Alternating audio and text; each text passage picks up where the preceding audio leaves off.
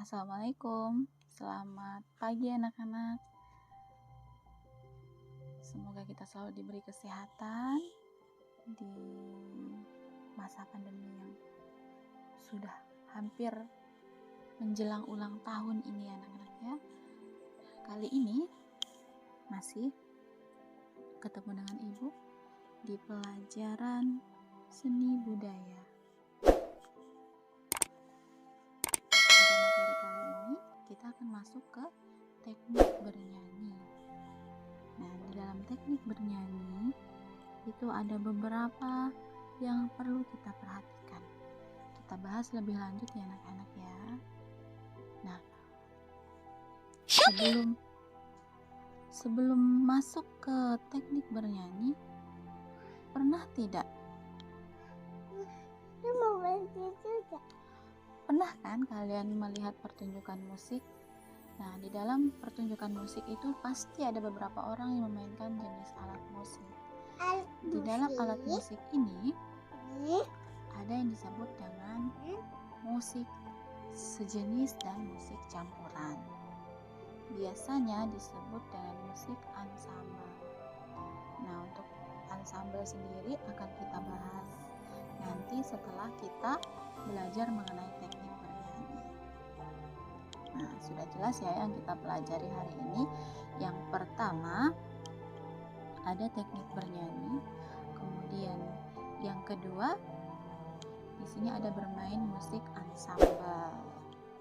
Kita akan belajar dulu yang pertama, yaitu mengenai teknik bernyanyi. Apa saja teknik bernyanyi? Teknik bernyanyi berhubungan dengan musik. Musik dapat diartikan sebagai ungkapan perasaan yang dituangkan dalam bentuk bunyi. Kemudian dalam bermusik tentunya menggunakan vokal. Nah, vokal ini adalah ungkapan yang dihasilkan melalui suara manusia. Di dalam musik juga ada yang disebut dengan instrumental atau ungkapan yang dihasilkan melalui alat musik. Nah, bernyanyi sendiri atau olah vokal adalah aktivitas pembelajaran yang membutuhkan teknik agar tidak merusak pita suara. Bernyanyi bisa dilakukan sendiri, perseorangan atau kelompok. Kita masuk ke beberapa teknik di dalam bernyanyi. Apa saja? Yang pertama ada intonasi, kemudian yang kedua ada artikulasi, yang ketiga ada resonansi, dan yang keempat ada pernafasan. Nah, kita akan membahas ini satu persatu. Yang pertama ada yang namanya intonasi atau ketepatan bunyi dalam tiap nada. Tinggi rendahnya suatu nada yang harus dijangkau dengan tepat. Nah, dengan menggunakan teknik ini suara yang kita hasilkan bisa lebih merdu, lebih enak didengar ya.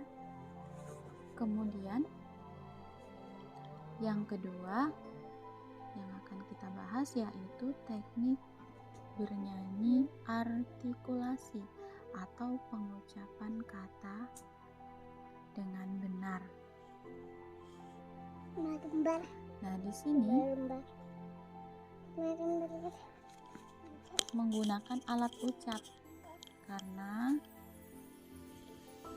posisi kita ini sangat mempengaruhi dalam latihan artikulasi. Seperti contohnya ketika kita berdiri, posisi yang saat berdiri ini akan menghasilkan artikulasi yang baik, memudahkan kita untuk bernyanyi karena tulang punggung kita di sini agak lurus, kemudian dada kita itu dibusungkan sehingga rongga dada kita bertambah besar dan pandangan kita juga lurus ke depan. Yang ketiga, di sini kita ada resonansi. Apa itu resonansi? Resonansi adalah usaha yang dilakukan untuk memperindah suara. Dengan resonansi, suara yang dihasilkan akan indah dan lantang. Nah, yang terakhir ini sangat penting, yaitu teknik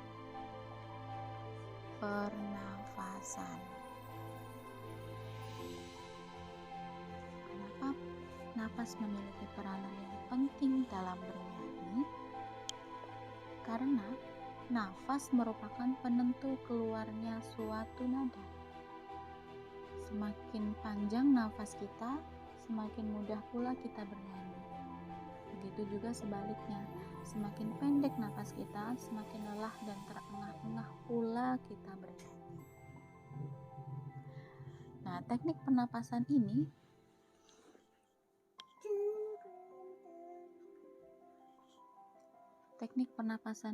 terbagi menjadi 3, yaitu ada yang namanya pernafasan dada, pernafasan perut, dan pernafasan diafragma. Pernafasan dada akan menghasilkan nada rendah. Namun, jika menggunakan teknik ini, kita akan lebih cepat lelah. Jadi, pernafasan dada itu kurang baik untuk digunakan. Ketika kita akan melakukan pernapasan dada, kita harus mengisi udara di paru-paru dengan cara membusungkan dada saat menarik nafas. Ya, jadi itu akan membuat kita cepat lelah saat bernyanyi.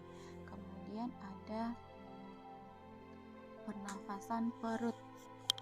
Pernafasan perut ini mengharuskan kita untuk mengembangkan perut sehingga bisa diisi dengan udara. Dengan pernafasan ini, kita menghasilkan suara yang nyaring, tetapi udara yang tersimpan di perut akan mudah habis, sehingga teknik ini dirasa kurang cocok digunakan untuk bernyanyi, sama dengan pernafasan dada tadi ya. Nah, yang terakhir tadi ada pernafasan diafragma. Pernafasan ini dirasa cocok digunakan untuk bernyanyi. Kenapa? Karena nafas yang dihasilkan lebih panjang dan lebih ringan daripada teknik pernafasan yang lain.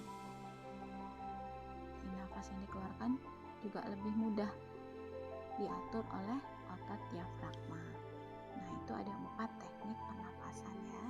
Kemudian kita lanjut ke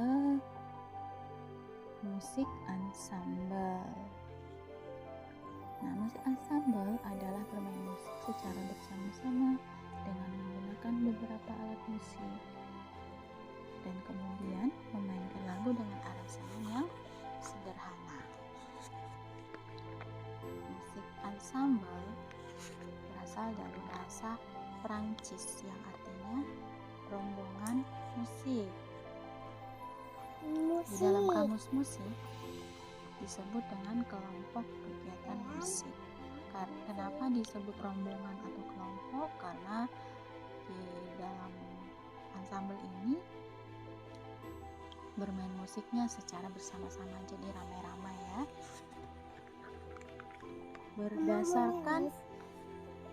Berdasarkan fungsi dari musik ensemble ini, ada 3 fungsinya. Yang pertama, sebagai sarana ritual. Nah, kalau ritual ini berarti digunakan untuk mengiringi upacara keagamaan. Yang kedua, berfungsi sebagai ungkapan pribadi. Di sini hanya untuk sebagai hiburan pribadi diri kita sendiri. Kemudian yang ketiga, ada presentasi estetis, yaitu memenuhi kebutuhan estetika atau keindahan. Musik ensemble berdasarkan jenis alat musiknya. Yang pertama, di sini ada ensemble ritmis, yaitu musik ensemble yang berguna untuk mengatur irama sebuah lagu. Salah satu contoh alat musiknya ada drum. Kemudian yang kedua, ada ensemble melodis. ini tujuannya untuk menghasilkan rangkaian nada-nada yang merupakan melodi. Salah satu contoh alat musiknya yaitu piano. Kemudian yang ketiga, di sini ada ansambel harmonis, yaitu tujuannya ini berperan ganda. Jadi bisa dikompilasi antara ansambel ritmis dan ansambel melodis. Salah satu contoh alat musiknya adalah gitar.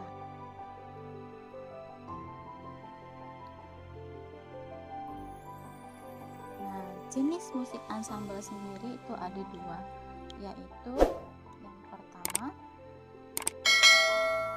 musik ansambel sejenis. Musik ansambel sejenis ini adalah musik ansambel, jenis musik ansambel yang menggunakan alat musik sejenis. Jadi maksudnya alat musik sejenis itu contohnya kalau kita menggunakan alat musik gitar, berarti semuanya itu gitar ya. Yang kedua, ada alat jenis musik ansambel campuran. Nah, di dalam musik campuran ini alat musiknya juga beragam, bisa gitar, piano, pianika, biola, dan lain sebagainya. Nah, sekian dulu pertemuan seni budaya kali ini, semoga bermanfaat. Sampai jumpa di materi berikutnya. Assalamualaikum.